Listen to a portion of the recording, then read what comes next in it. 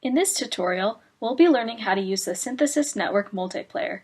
In the beta version of Synthesis Network Multiplayer, only local area network is supported. In other words, all users must be on the same network.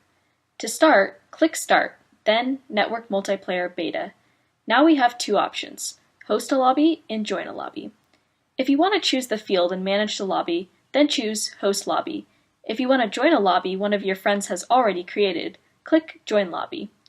Let's start by hosting our own lobby. First, click Host Lobby. Enter a player tag, then click Next. Select a field, select a robot, and now we're in the lobby view. The lobby code on the top left can be used to join your lobby. Make sure everyone you want to join the lobby has this code. You can click on the code to copy it to your clipboard so you can send it to your friends over a messaging application if desired. The selected field is also displayed, and it can be changed anytime by clicking the field label. You can also change your robot by clicking the Select Robot button.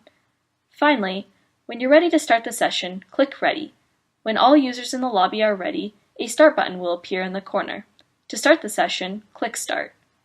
Now we can drive around and interact with other users in the lobby. To exit Network Multiplayer, click the Menu button, then click Yes. Since we are the host, every user connected to the lobby will also be sent back to the main menu.